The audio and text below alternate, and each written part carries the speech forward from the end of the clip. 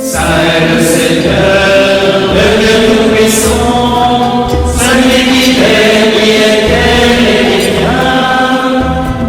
Le Seigneur est roi et s'est vêtu de magnificence. Paix et joie, frères et sœurs en Jésus-Christ. Bienvenue dans votre rubrique Saint du jour. Aujourd'hui, allons à la découverte de Sainte Madeleine de Canossa. Madeleine est née en 1774 à Vérone, dans une noble et riche famille. Un jour, elle reçoit Napoléon en son palais de Vérone. Il parla d'elle comme d'un ange. La Révolution engendra bien des malheurs sociaux et Madeleine fut chassée de chez elle et aboutit à Venise. Elle y visite les hôpitaux.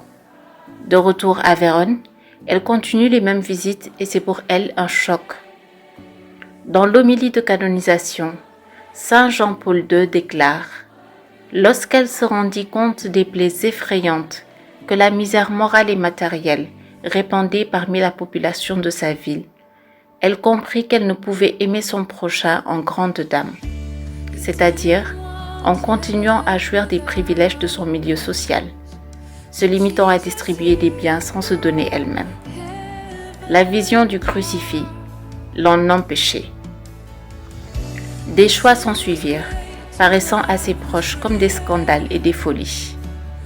À qui se montrait surpris, elle répondait « Le fait d'être née marquise m'empêcherait-il d'avoir l'honneur de servir Jésus-Christ dans ses pauvres ?»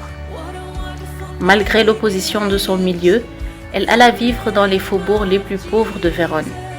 En 1808, Madeleine fonde les Filles de la Charité.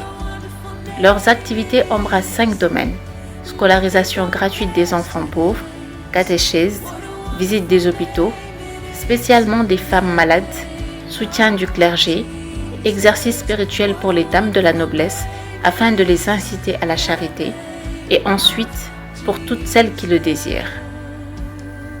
Sainte Madeleine mène une vie très mortifiée, exemple vivant pour ses sœurs. Pour compléter la famille canossienne, l'Institut des Fils de la Charité commence en 1831 à Venise, car dès le début, elle avait conscience que cette branche masculine était nécessaire. Elle prépare d'autres implantations de son institut, quand la mort la surprend le 10 avril 1835. Après elle, l'Institut continuera de s'accroître et de s'étendre. Sainte Maddalena de Canossa nous inspire par cette fièvre de charité qui est due à son amour pour Jésus crucifié. Cette charité qui la pousse à quitter son confort et à servir les pauvres toute sa vie. Aujourd'hui, nous fêtons aussi Saint Boniface et les bienheureux Pierre Claverie et ses 18 compagnons martyrs. Bonne fête à tous les homonymes. À demain pour de nouveaux saints. D'ici là, abonnez-vous à nos pages YouTube, Facebook et Instagram. Paix et joie en restant chez nous.